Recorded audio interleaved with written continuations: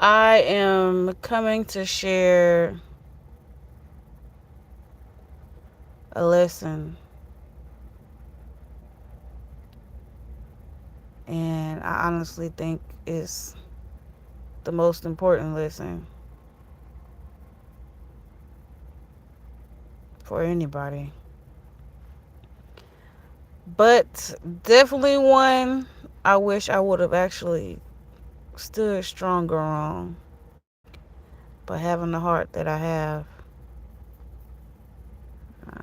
it's tricky. So it is what it is. But how y'all doing? Hope y'all day was great. Rah rah rah. Blah blah blah. Yes, this is the mood I'm in. This is the energy that you're getting. Okay. Anywho, I think one of the most impactful lessons that has really deeply sunk in more so lately than ever is not carrying while you climb. Not carrying while you climb. And what I mean when I say that is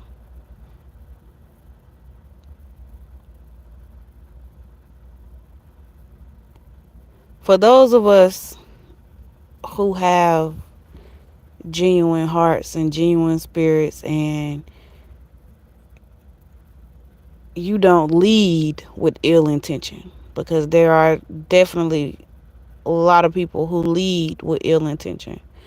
But for those of you who don't lead with ill intention, um, it's important to fully understand that you cannot carry while you climb. And I wish I would have applied that sooner in my life. Looking back, I feel like there were times when I was in a different situation or in a different space that I actually applied that. But having a big heart opens up space to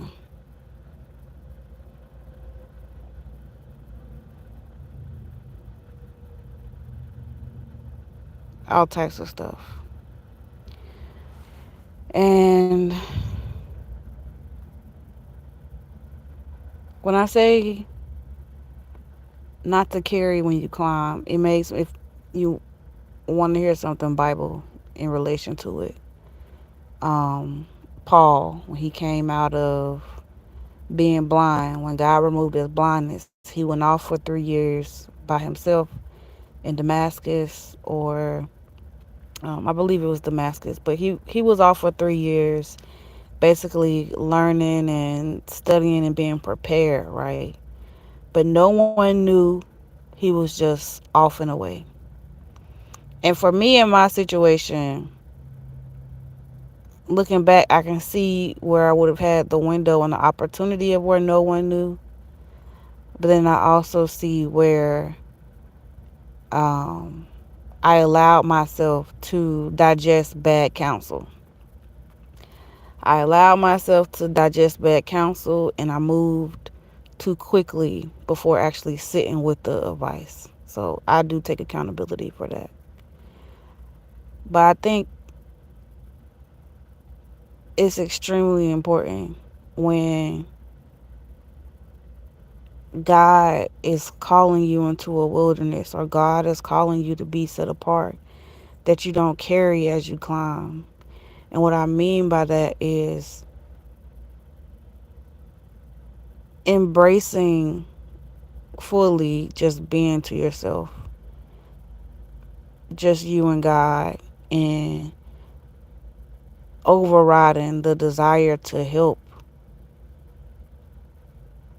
and put in overdrive the desire or the discipline to be still.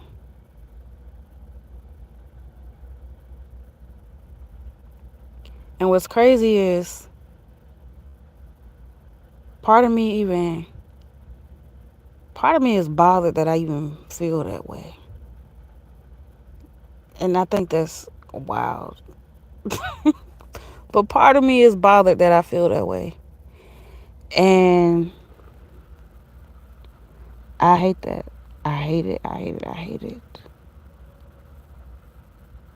I really do. But I understand completely now that you cannot carry as you climb. So you can't get to where you need to be and also try to carry others along with you. You got to get there first and then help people get back. Even when you think about slavery and think about Harriet Tubman and the Underground Railroad, right? She had to take the path first and then she went and grabbed people. And I know other people have talked about this before, but I'm just sitting here reflecting, and I always reflect. I seen some earlier today and it made me kind of choke up because I never realized or I never viewed it in the way to where I was repeating failed experiences. I just always looked at it as reflecting and examining it in the way to where, okay, what did I do so I don't do it the next time, or what did I do that I could do different? I always look at it like that. But when I really digested the quote, the meme that I saw earlier, it choked me up because that is in essence what I've been doing, is replaying scenarios that I've already extracted the lesson from, but it's like they just keep playing. And after I read that, I kind of sat with myself and asked me, like, what more am I trying to squeeze or extract out of reflecting repeatedly on something that I've already reflected on? And even that took me down a whole nother roller coaster, and that made me choke up a little bit more. But you can't carry as you climb. You can't carry as you climb. And if I didn't understand and digest it before, I understand it so much more now.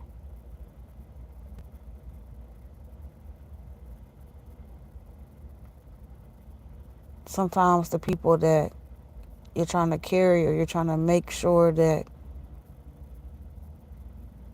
they're able to take the journey with you, and they're not even always called to take the journey with you. They're not even called to understand. Most of them don't understand. And because they don't understand, they just want to destroy or tear it down. You cannot carry as you climb.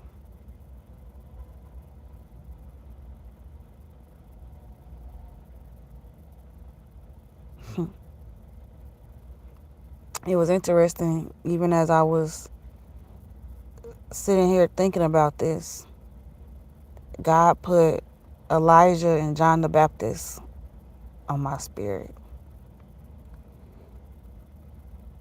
And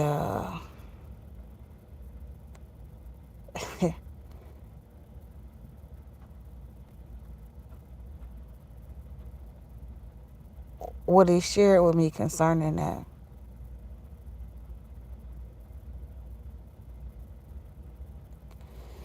was how the Bible talks about how there would be a prophet who would have the spirit of Elijah. And when you read the word, we know Elijah's story and what happened with Elijah and Jezebel, and how he called out all the prophets of Baal, and Jezebel was slain, all these different things. He called down fire because the the Ahabites, that's what I call them, but the prophets of Ahab, all of them, wanted to go up against Elijah by himself, right? But then when Elijah's spirit comes back, it comes back in John the Baptist. And when you see John the Baptist, it's funny because even though he has the spirit of Elijah, he didn't fully live his life as Elijah. So there was still a difference in his ministry. There was still a difference in his anointing. There was still a difference in purpose, right? Elijah, he had a mentee, right? School of the prophets, he had a mentee, and he went heads up with Jezebel and the prophets of Baal, Ahabites, all of those people, right? He went heads up with all of them. And he was called up to go be with God and all of these different things. At some point in his ministry, he was afraid of Jezebel. He ran off, and God allowed him to rest so he was able to prepare himself to fight against Jezebel, right? And then when you look at John the Baptist, he was in the wilderness for 40 years, looking crazy. What most people would consider looking crazy today, right? Goat skin, hair, and all of these different things. He was in the wilderness for 40 years, chilling. People would come and look for him. But it was the same spirit, different people, different process.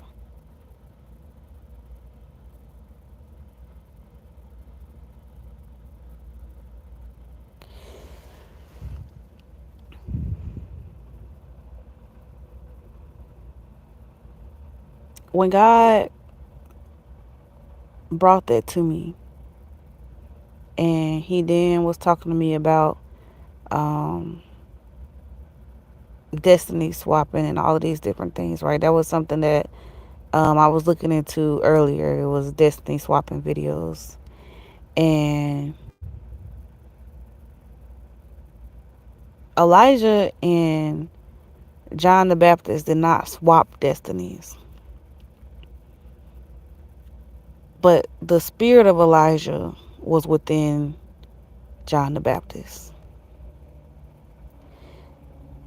So oftentimes there are people who believe that they can do you better than you do you. But even when we look at the relationship between John the Baptist and Elijah, although John the Baptist had Elijah's spirit, he still wasn't called to be Elijah. He was called to be John.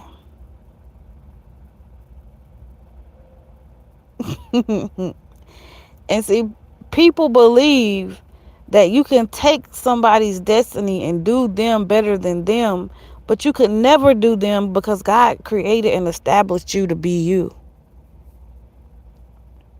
You could never do them. You could never do what they did because God called and created you to be you.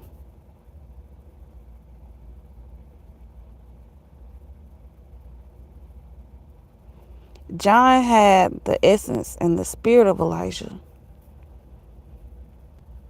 but he still moved like John. He might have been off to himself, secluded like Elijah sometimes was, but John's process was in the wilderness for 40 years. 30, 40 years, some long number. I might be having a number wrong, but follow me anyway. Follow what I'm trying to say anyway. Follow God. Take heed to God.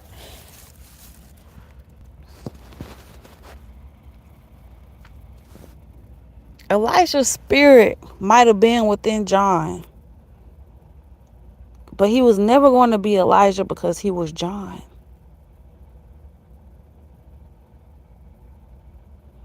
There's so many people who continue to have their eyes and their hands ready and prepared to steal or take from someone else. But you could never and would never be the duplicates.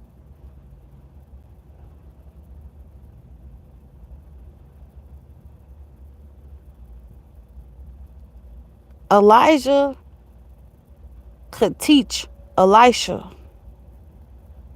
but Elisha was not Elijah. He was just a student.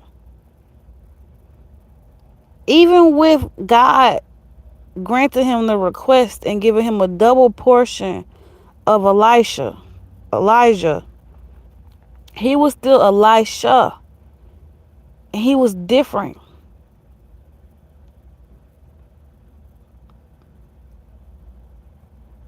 There's so many people who still embrace this mindset that I want to be like them. I want to be like everybody else. And you're called to be you. You spend so much energy trying to carry the weight of someone else's call or anointing. One, you can't carry it because your shoulders and your spirit aren't equipped to carry it. Two, it wasn't established for you.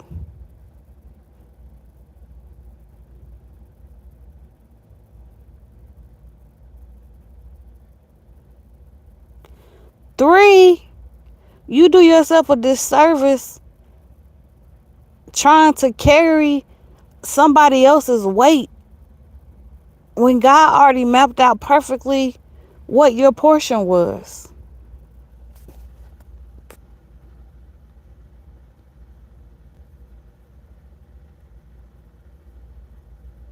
This is a tangent from the subject at hand, which is you can't carry as you climb.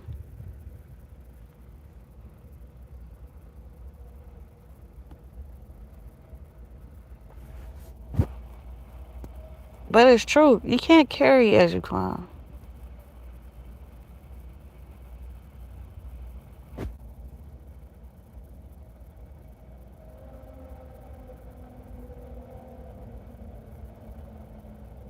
You can't carry as you climb.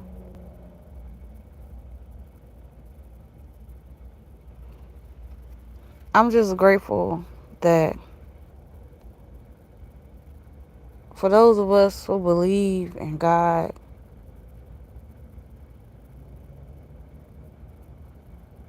that we have something to look forward to and to stay encouraged about.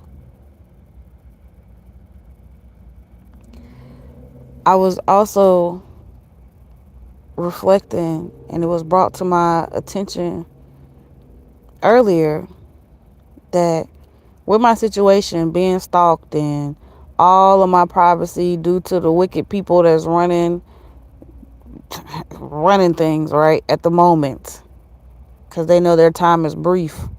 They keep talking about time is short. Yeah, time is short for everybody, even especially those doing wicked. It's short for you, Nick, then just too. But the interesting part about it, right? My life has been completely uncovered.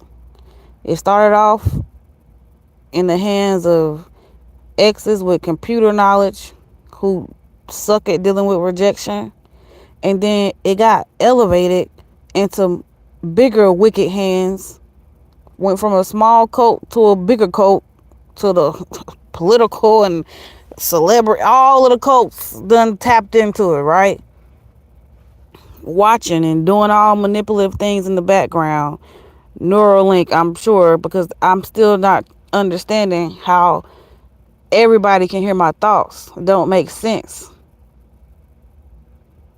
You know exactly where I'm at. It doesn't make sense.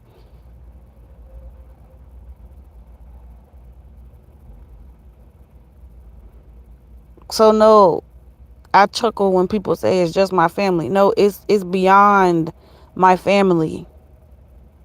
It's beyond just them. They might be in the mix along with the exes, but it's bigger than them. Why is presidents commenting on everything I say, but nobody who has the ability to do anything about it is desiring to do so? And it's funny because the same people who are running and trying to cover up their shame of the deviant stuff that they've been involved in are the same ones who take joy in watching me. But these the same ones that'll sit on the podcast and lie about the things that they trying to heal from. And this ain't everybody. This is just somebody, especially you drug runners. Yes, I said that on YouTube. You know who you is. One wish. Oh Lord. But it's just interesting how the very same people who want to cover and shield their shameful deeds and acts are okay with trying to throw mine in my face, which is funny because I don't have any shame about it.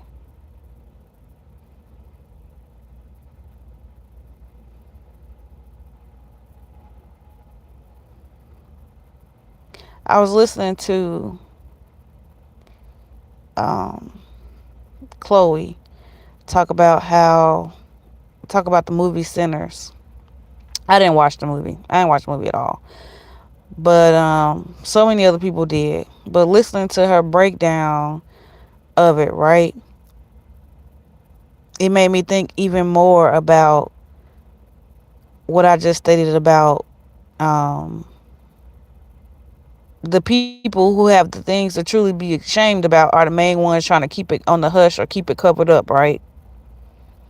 These are the people who, flaunt all of the riches and their wealth and all of these things, right? They're excited about, oh, I got these followers and these fans, and they just real happy about that. But nobody wants to be upfront and honest about all the other shameful things that they might have had to endure to obtain it, to keep it. And then they'll lie and say, oh, I didn't do this, or oh, I'm not a part of this. But if you're not ashamed of what you did to get to that level of stardom, why are you hiding it? Why haven't you been spoken up about it? It made me, in talking to y'all just now, it made me think about Adam and Eve in the garden, right? Before they did wrong, they were naked. Much like how my life has been because of cyber stalking, gang stalking, and possibly Neuralink.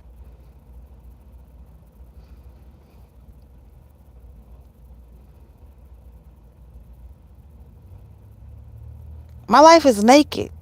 There's nothing hidden. There's no privacy.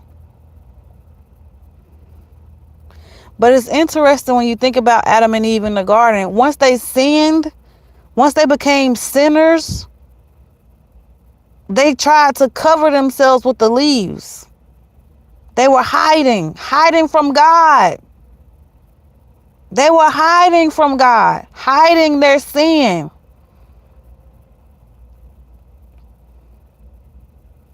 But see, before they committed the sin, they had no reason to hide. They didn't have a reason to be ashamed.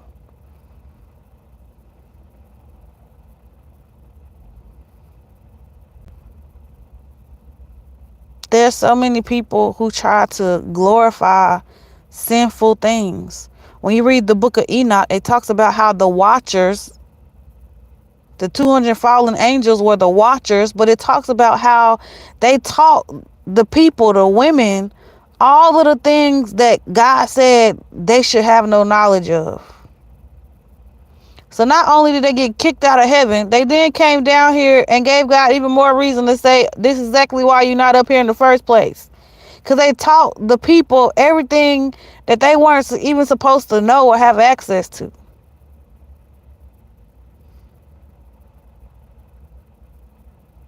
And God said that was a sin. So this entire time they've been down here, they got kicked out, they've been doing nothing but sinning.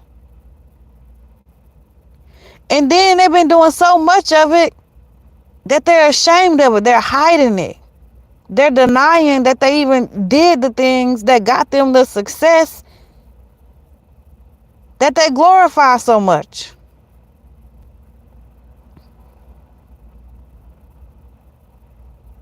I'm still trying to figure out how are all the people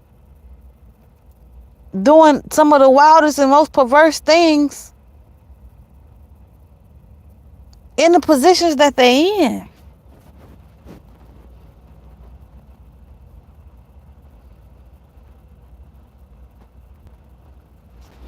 And when I say that, I mean, how is it that pettier crimes get harsher sentences?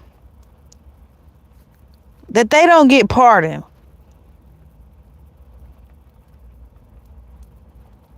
But because certain people want to cover up their sins, they don't want to be all out, hacked, watched, stalked.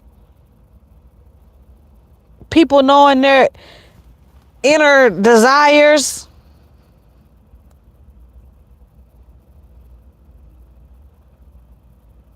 People knowing their behind the scene things. Even though a lot of people are not hiding some of the wickedness that they're doing anymore. And you know why they're not hiding it? There's still a good amount of people who still celebrating it, who hear it but overlook it.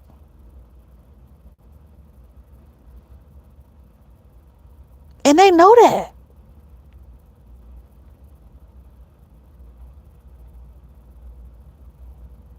They know it.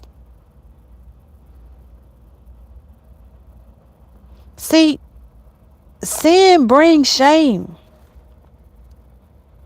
Sin brings shame. That's why you can't openly say, I'm this way, or I'm into this, or I do this without shame. When you hear some of the things that people admit to, they look uncomfortable.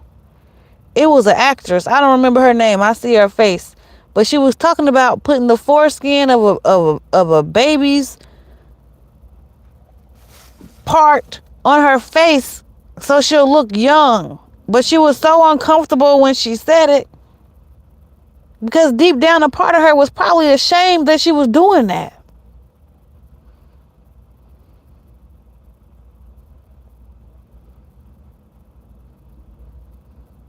Sin brings shame. It makes you want to hide and cower and say, I didn't do that, or I'm not in this.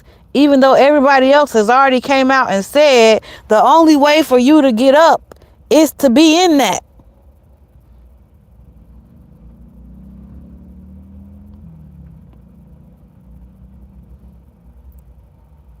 Like, this world is so interesting. So interesting.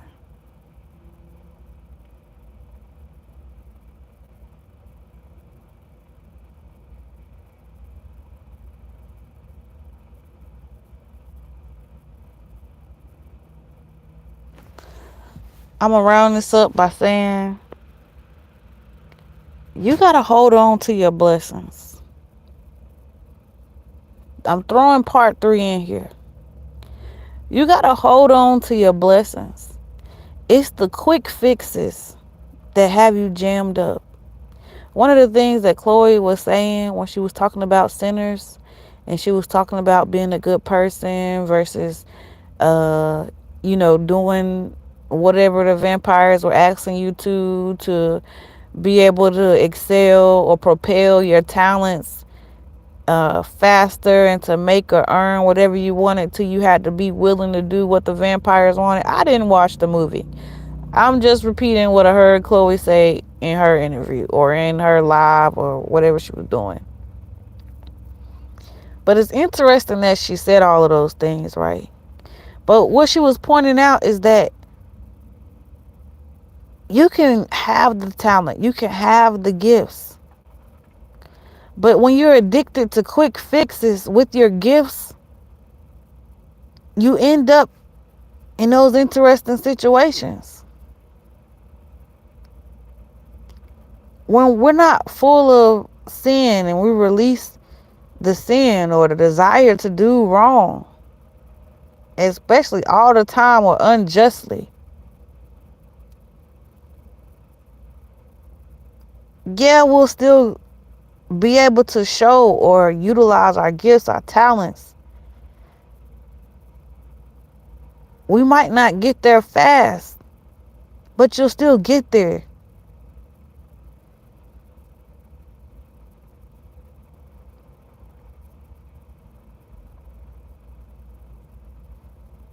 I think the enemy is skilled at convincing you that you need the things immediately.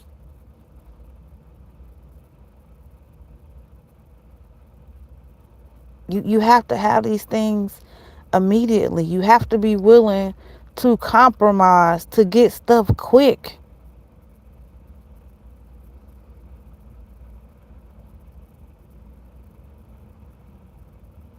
But sometimes it's slow and steady.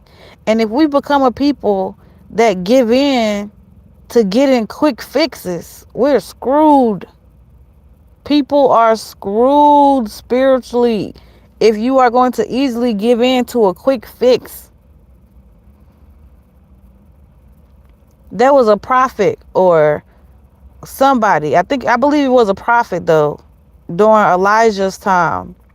And Elijah had turned down a monetary gift. But the prophet went behind his back and said, I'm going to take this. The prophet went behind his back, said something, and got the money from the person that was offering the gift, right? Elijah knew because of the gifts he had. He knew what the prophet had did, but the prophet lied about it. Elijah said, I was there when you did it, basically. He cursed that man with leprosy because the man wanted the quick fix versus sticking to what Elijah had said. He cursed the man with leprosy. Then on the flip side of it, it made me think about Delilah in a relationship. Now you're probably thinking like Delilah waited a little bit to get the answer that she wanted. Yeah, but in her pursuit to getting those answers, she didn't want to spend the time and allow all of the answers that she needed to unravel from Samson.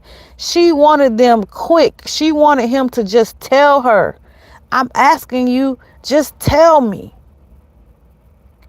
Samson could have been her forever good thing. But she wanted the money. She wanted to be accepted by the Philistines. She wanted the money.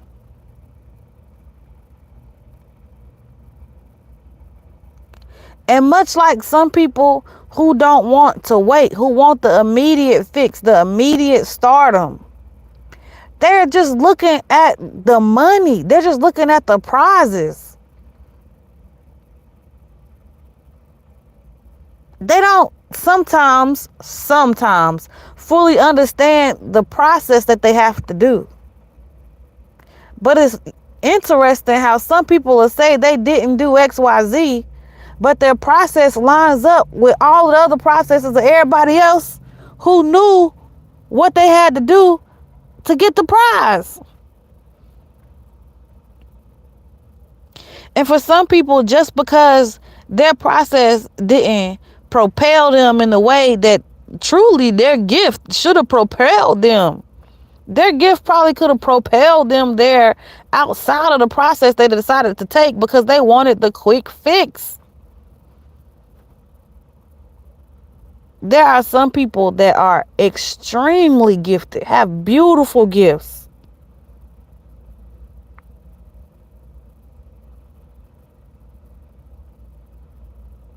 But people get so caught up on the name. They get so caught up on wanting and desiring the fame.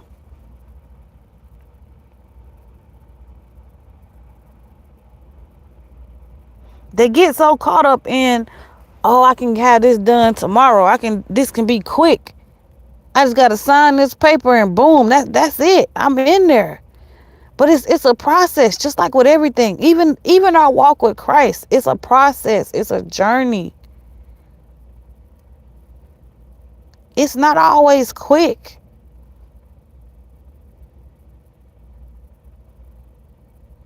There's a saying that anything that comes to you quick, something, I don't know, The full statement ain't coming to me right now. But even anything you obtain quickly, you'll lose just as quickly. It's something to that extent.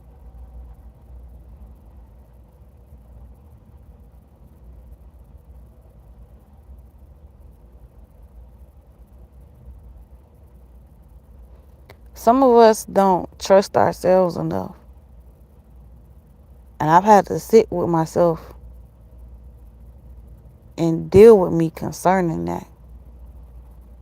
Still dealing with myself concerning that.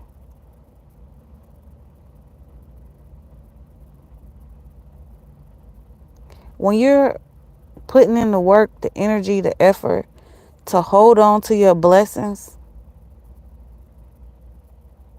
if you get caught up and addicted to the quick fix of obtaining the blessing, you end up with the short end of the stick. It might look good, it might feel good, it might give you the few claps and the few clicks and whatever it is you desire, whatever it is you're looking for. It might give you that for a moment.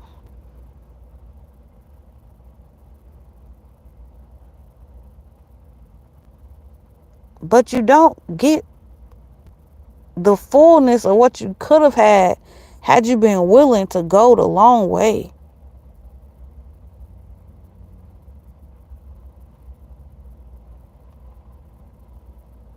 The enemy has established a world, and somebody probably heard me say that, like, and they listen, like, the enemy established. He the prince of the air, ain't he?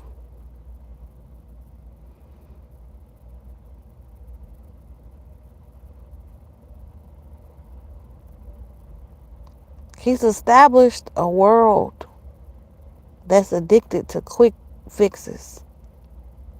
Shortened our attention spans with these shorts and reels and all these other things. With let's say shorten the attention spans, because I don't want to claim that. I want to extend mine. But he's done all of that. Social media and everything else. Everybody wants stuff now, now, now, now, now.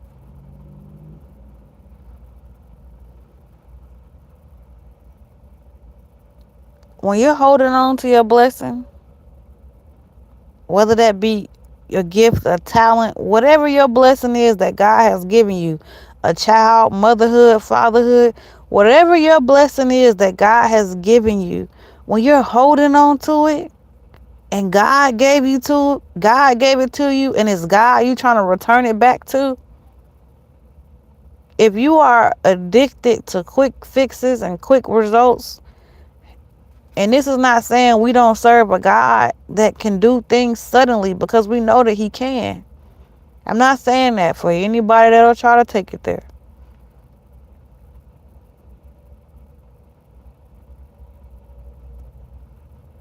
But patience is a virtue. So it's a fruit of the spirit.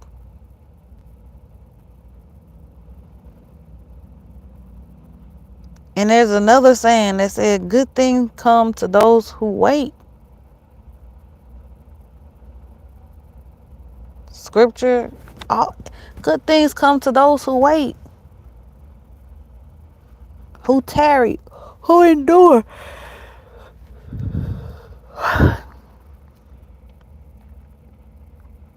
Everybody don't go through the same process. Everybody don't have to endure the same things.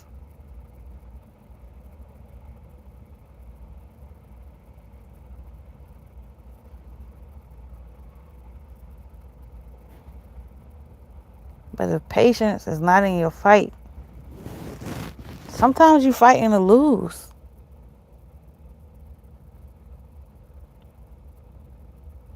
Sometimes you fighting to lose.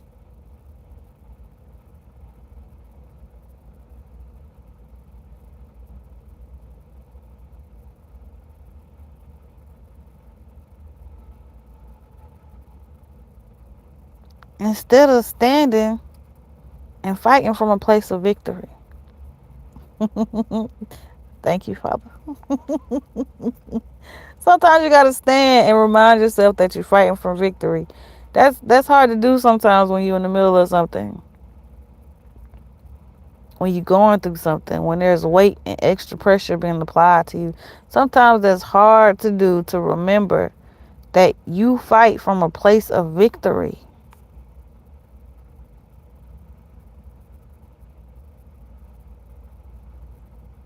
But in order to win the race, just to circle this back to how this live even started off,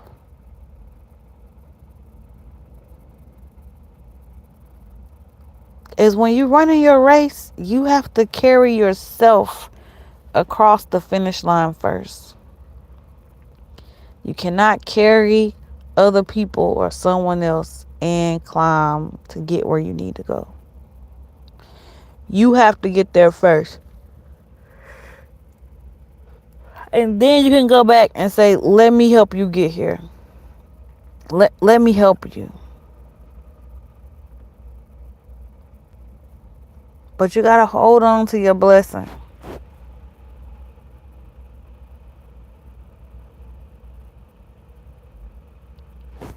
Because there's so many people out there who feel like the blessings that you have, they can do something better with it. They can do you better than you, when God never established or created them to be you.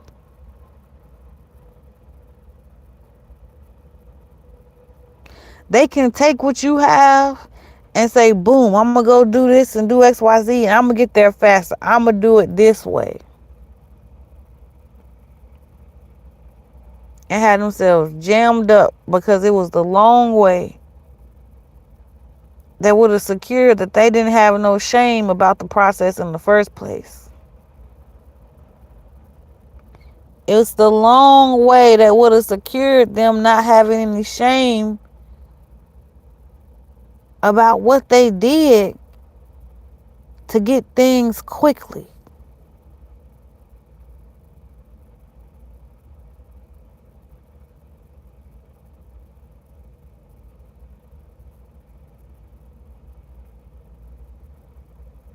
I like how God just did that.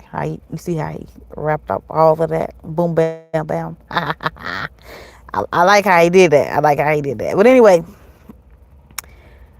hopefully you took something from this. I'm just sharing it because it was on my mind to share. It's a little bit of everything in here. So I don't know what I'm going to do for the people looking for part 3 on Hold On To Your Blessings. It's in here.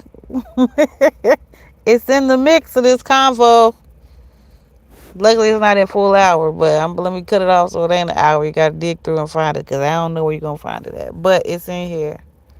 So that's what I got for y'all. Don't carry as you climb. Big lesson from me. Don't carry as you climb.